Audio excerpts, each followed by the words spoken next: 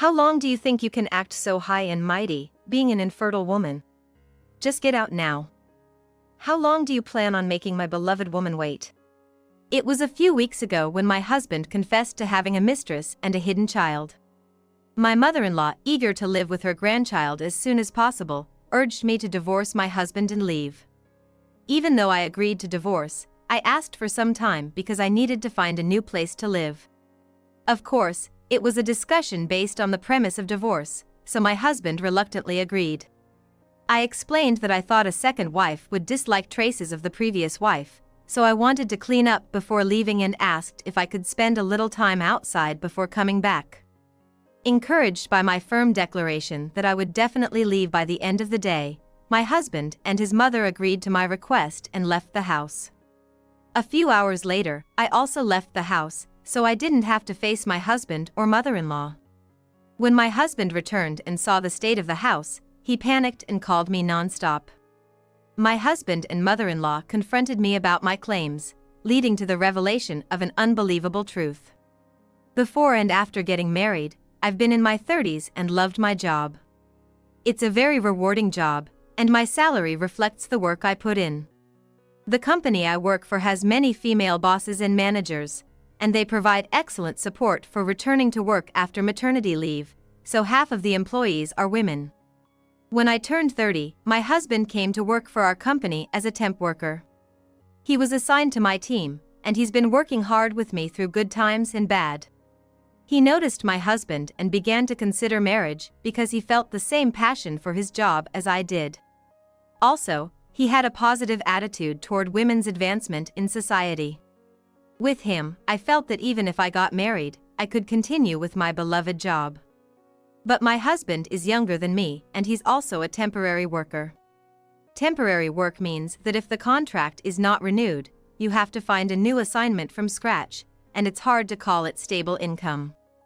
Also, there's no guarantee if something goes wrong, and thinking about the future, there were too many risks to start a family. Naturally, there was strong opposition from those around us. Especially my parents, who held on to the old-fashioned belief that men should be responsible for supporting their families. While they reluctantly accepted that I could continue working, they insisted that men should bear the financial burden of supporting the household. I was forced to promise never to rely on my parents under any circumstances, and somehow managed to persuade my husband to marry me. And now, my husband, mother-in-law, and I live together as a family of 3. Before we got married, my husband and mother-in-law lived together in an apartment. My husband was very worried about leaving his mother alone. Also, since it wasn't public housing, it was difficult for an unemployed and elderly mother-in-law to secure a rental contract. When I met my husband, my father-in-law had already passed away. It seems that my mother-in-law was somehow managing to live on the inheritance left by my father-in-law. It appears that she was able to continue the contract by promising to continue living with my husband. Living in the apartment where the two of them resided was also an option, but it was very cramped and uncomfortable. If it were just my husband, he could have come to live in the condominium where I reside, as there would have been enough room.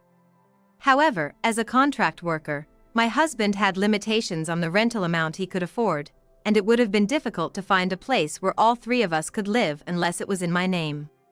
Even if we were to live separately from my mother-in-law, I would still have to handle her rental contract, and considering that, living together with the 3 of us seemed like the best option, so I agreed to live with my mother-in-law.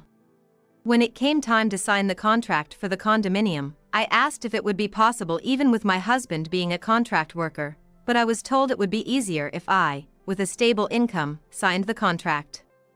In my husband's case, they asked for various conditions, such as providing 2 guarantors other than relatives. I dislike doing things halfway. I wouldn't impose it on others, but I just can't settle without a sense of accomplishment that I did it properly within myself. While I'm the one married and earning outside to support the family financially, I didn't want to neglect household chores.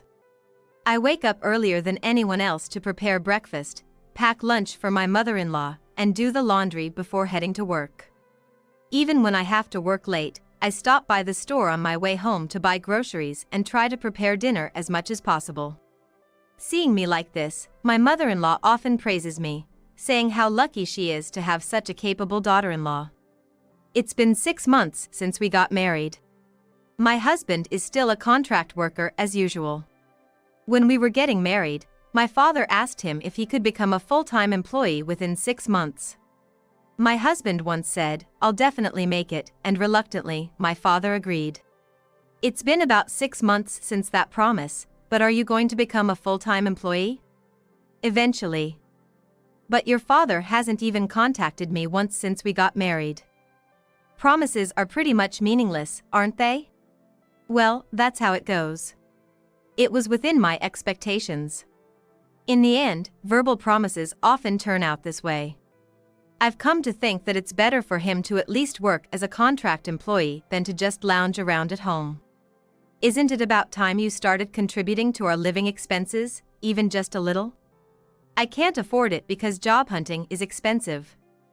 Besides, didn't Mom say she's been covering our living expenses from Dad's inheritance? What? That's news to me. Neither my husband nor my mother-in-law has ever given me any living expenses. After investigating further, I learned that my husband hadn't been actively job hunting at all. Instead, he used all the money he received as pocket money to spend on whatever he liked. As for my mother-in-law covering our living expenses from my father-in-law's inheritance, it seemed she was using it for her own leisure activities, just like my husband. My guess is that when my husband noticed his father's inheritance dwindling, he confronted my mother-in-law, who probably said she was giving me the money as living expenses to hide her spending habits. Being kept in the dark and used as a pawn is frustrating, but I decided it was better to avoid confrontation and let things be if they were working out. This situation continued for a while, and before I knew it, several years had passed since we got married. During this time, I had been promoted and received salary increases, becoming more and more the breadwinner of the family. It became natural for me to shoulder all the living expenses. In my mid-30s, I began to think that if I wanted to have children, now was the time. Considering my career progression, taking some time off for maternity leave wouldn't be a problem at all. However, I couldn't discuss this with my husband as he was often coming home late, and we couldn't find the right time to talk about it. Of course, it's been so long since we had any intimacy that I can't even be bothered to count how long it's been. Amidst this, my mother-in-law started treating me more and more harshly. "When are you going to show me the face of my grandchild? Aren't you pregnant with that figure?" Recently, seeing my plump figure, my mother-in-law thought I was finally pregnant and was happy. But when she found out it was just weight gain, her attitude changed. "You just gained weight because of your good appetite? Don't play tricks on me. You got me all excited for nothing. You, with infertility, and that figure, you're just a fat, useless wife." I've always had a tendency to overeat when under stress. During the term exam and school days, while my friends were losing weight due to nerves, I was just getting plumper. Lately, with the strain in my relationship with my husband, my appetite has increased. A fat wife like you is disgraceful. If you're infertile, be infertile, and stop pretending with your misleading figure. Despite my income supporting our livelihood, my mother-in-law began to berate me as a useless wife. When my husband wasn't present during dinner, I was weighed before and after meals. If the scale didn't show maintenance or weight loss, I'd be forced to reduce my portions or, at worst, my homemade dinner prepared with my own money would be taken away. The stress continued to mount, and I found myself consuming more snacks between work, worsening my physical condition. Then, one day, my husband, who rarely came home early, suddenly announced divorce. "What do you mean by divorce?" "I have a child with someone I truly love, born last year. My husband had an affair and has a child he wants to acknowledge with his mistress." Even with such sudden news, I was unsure of how to respond. Then my mother-in-law emerged from her room. "So, you finally told your useless wife. I've been waiting forever. Hurry up and divorce her so we can welcome the grandchild." My mother-in-law demanded I divorce and leave the house. "What a clueless wife you are. Didn't you notice your husband's affair? When a man comes home late every night, it's because he's cheating. Did you know about it, mother-in-law? Of course. I've already met the grandchild. Such a sweet child. His mistress. Furthermore, my mother-in-law said this. My husband never made serious efforts to become a full-time employee for me, but he's diligently searched for a company that would hire him full-time to start a family with his mistress. It seems my husband will soon be employed as a full-time employee. My son never had an interest in older women. He married you out of curiosity, but he always complained that having an older wife was difficult. I knew I'd be resented if I lectured them. So I tried my best to avoid that as much as possible. If I pretended not to notice, and if everything in the house ran smoothly, then I thought that would be fine. But this is the result. If I had been more involved in my husband's work and it still ended up the same, then I shouldn't have endured the stress of holding back. With a heavy heart, I agreed to the divorce my husband proposed. It seemed like a waste of time to stay with someone who wasn't invested. I agreed to the divorce. But, could you wait for a while? I want to prepare to leave and find a new place. Isn't that fine? If we kick you out right away, we might end up looking like the bad guys. Even though he's already committed adultery, I thought he was already the bad guy, but without delving into that, I expressed gratitude for my husband's lenient decision. Just like before, I continued to live in the apartment. However, there was a sudden turn of events on the Sunday of the third week since my husband told me about the divorce. He brought his mistress to our house. How long do you plan to linger here? With your ability to handle work so well, you should be able to find a place to stay in a day, right? Taking advantage of our silence, you're quite audacious. That's exactly right. You haven't fulfilled any of your duties as a wife, so hurry up and get out. Sooner or later, being pressured like this was within my expectations. I just needed one more day, so I requested it. Your wife will be coming to this house, won't she? I want to completely erase any traces I've left behind. You wouldn't like it either, right? I sought agreement from the mistress standing beside my husband. The mistress agreed naturally, saying that the place should be cleaned up just like when moved in. I nodded in agreement to the mistress's statement. How about spending a meaningful time at a hotel for just one day with the three of us? I'll cover the expenses. I immediately booked a hotel room from my phone. After informing them that the payment had been made, my husband and the mistress left without any objections. However, my mother-in-law emphasized, almost as a parting shot, make sure you're gone by the time we return. True to my promise with the three of them, I left the apartment that evening. I decided to stay at a different hotel from the one booked for the three of them. After having dinner at the hotel and returning to the room to relax, I turned on my phone, which had been turned off. Just then, the ringing tone started blaring. Since I hadn't removed my husband and mother-in-law from my contacts, it was obvious who the caller was. The calls were pouring in, alternating between my mother-in-law and my husband. With a sense of dread about what the calls might entail, I was hesitant to answer. I didn't want to hear my mother-in-law's annoying nagging voice or my husband's insolent tone. But if I ignored them, I had no idea what those three would do next. Reluctantly, I answered the phone, and my husband immediately bellowed, "What the hell have you done?" "What do you mean?"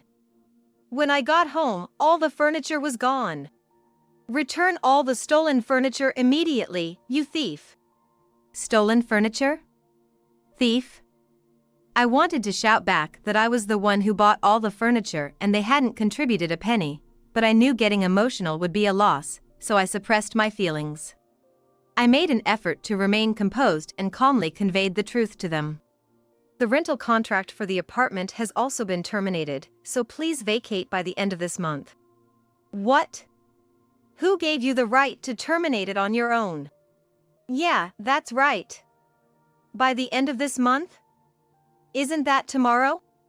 Furthermore, they complained that despite letting me stay for 3 weeks, I showed no gratitude, or demanded that I pay for the lavish hotel stay today. The hotel stay was their own doing, and I had nothing to do with it. I only paid for the hotel room. They insulted me, calling me stingy, a heartless wife, and so on.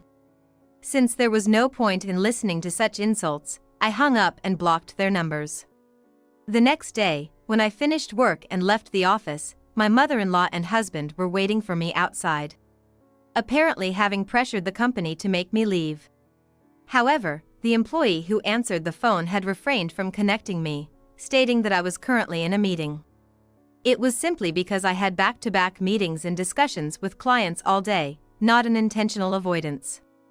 However, my mother-in-law and husband mistakenly believed that the company deliberately prevented them from reaching me, so they waited to catch me after work. "We finally caught you.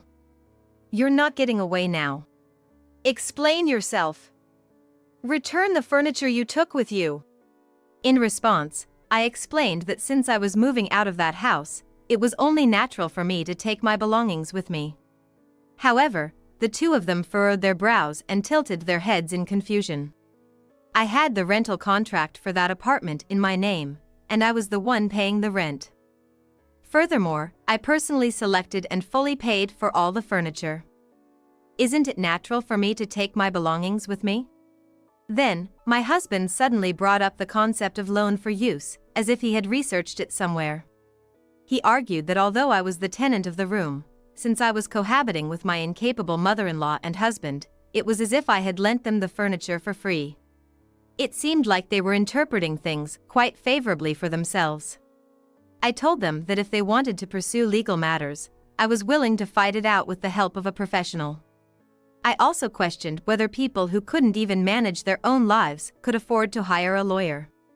If they had that kind of money, it would be better spent on re-signing the apartment. Regardless, from now on, it would be my husband and mother-in-law who would be paying the rent. But can you afford to keep paying the rent for that apartment every month as a contract employee? Besides, the rent doesn't match your income, so I doubt you'll be able to re-sign the lease. The apartment we had been renting also had condominium units available for purchase. With a certain amount of savings, it should have been possible to buy one. I added that it also depended on how much inheritance my mother-in-law had left from my father-in-law, and then I attempted to leave. However, my husband blocked my path and prevented me from leaving. "You always make a fool out of me. That's what annoys me about you." Furthermore, my husband boasted that since he would soon become a full-time employee, renewing the apartment lease or buying a condominium wouldn't be a problem. He still didn't know the truth. As a final act of kindness, I suggested we continue the conversation elsewhere and escorted both of them into a taxi. We headed to the house of my late father-in-law's sister. My aunt-in-law was a very strict person who despised those who strayed from the right path or sought to live an easy life. Since my mother-in-law and husband tended to lean towards wanting an easy life and were weak to their desires, they had always found my aunt-in-law's strictness irritating and had a strong aversion to her. When I married a younger man with an unstable income, my aunt was the one who sympathized with me and occasionally deepened our friendship. In that context, I learned that when my husband was dispatched to the company where my aunt worked, along with my mother-in-law, he had asked to be hired as a full-time employee, but was refused. My aunt held a high position in the company, which was a well-known corporation that most people had heard of. This conversation took place after our marriage. I was surprised when my aunt told me about it because I had been unaware of the situation. When I asked why he wasn't hired, the reason was obvious, so it was a moment when I resigned myself to the fact that my husband's chances of becoming a full-time employee were slim. When I heard that my husband was almost hired as a full-time employee because he wanted to remarry with his mistress, I felt relieved along with surprise. But it turned out to be different. My husband had been job hunting using my aunt's name without her knowledge. Of course, neither my aunt nor I knew about it. It came to light when my husband used my aunt's name to apply for a job at a company where she had a long-standing personal and professional relationship. Upon learning this information, my aunt became concerned about my husband's behavior and conducted a thorough investigation into his conduct. As a result, my husband's old bad habits persisted, and in fact, they worsened as he grew older. When he was dispatched to the company where I work, I often saw him working diligently. His aspiration to become a full-time employee someday didn't seem like a lie. However, before he was dispatched to my company, he had his contracts terminated multiple times due to his poor attitude at work. There were even times when his contracts were terminated within a day. It seems that being dispatched to my company was his last chance. If he couldn't work without causing any problems until the end of the contract, he would have been removed from the dispatch register. The period when he worked alongside me was diligent, and it should have led to a contract renewal. However, perhaps it was difficult for him to work under his wife's supervision, so he chose not to renew the contract. He used to say that he wanted to gain various experiences before becoming a full-time employee. Due to his good performance at the time, it seems that he was dispatched to the major company where my aunt works. It was in the course of this investigation that it was discovered that my husband had a mistress. Knowing about the child between the two and that my mother-in-law also knew about it, my aunt seemed to have been deeply troubled. However, she believed I had the right to know, so she informed me of everything. Therefore, I had been aware that my husband would take some action sooner or later. I never expected him to bring up divorce in such a condescending manner. However, since my aunt informed me, I had been gradually preparing for divorce, so I felt relieved that she finally opened up about the secret. My aunt informed the company where my husband boasted of becoming a full-time employee of his misdeeds. She subtly let it be known to someone with whom she had both personal and professional connections, leaving the final decision up to them. However, she earnestly requested that if they decided not to change the decision to hire him, they should at least avoid hiring him based on her recommendation due to their relationship. The HR department of the company where my husband was supposed to work had a policy of not interfering in private matters, so they conveyed to my aunt that as long as he fulfilled his job responsibilities, they wouldn't rescind the offer. However, after conducting their own investigation into my husband's behavior, including the divorce controversy with me, they decided to rescind the offer and informed my aunt of their decision. Normally, an offer wouldn't be rescinded due to divorce. In my husband's case, it was the details of the divorce that led to the offer being rescinded. I wish I had been the one to suggest divorce after being cheated on, but instead, it was the one who cheated who proposed divorce, and to make matters worse, it all came out that I was the one paying for everything, including living expenses. My aunt told my husband that he should expect a cancellation notice any day now. If only you had hired me, none of this mess would have happened. My husband began to shout, blaming my aunt for everything.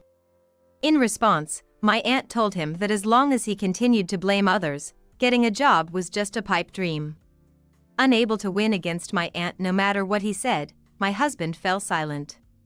Seizing the opportunity, I said to my husband, "I'll be seeking compensation from you for your infidelity." After informing them that we would discuss matters through lawyers from now on, my husband and mother-in-law were kicked out of my aunt's house. To avoid being seen as picking up knowledge from the internet, I decided to keep written records of all interactions with my husband and mother-in-law. Furthermore, it would be helpful to have someone knowledgeable in law assist me.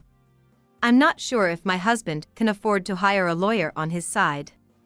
The next day, true to my aunt's word, it seemed that my husband received the cancellation notice. I heard that my husband was quite disappointed to find out it wasn't just an empty threat. In the end, my husband remained a dispatched worker and apparently remarried his mistress. The news of my husband's misconduct has spread, and he's having a hard time finding a new dispatch assignment. It's like they say, you reap what you sow, or maybe it's just desserts. Given that it's the result of my husband's naive thinking, there's no room for sympathy. With my husband's meager salary, he couldn't even rent a decent apartment, so it seems his mistress, earning more from her night job, had to step in. It seems they struggled to rent a place due to the nature of her nighttime work, but somehow managed to rent an apartment in her name.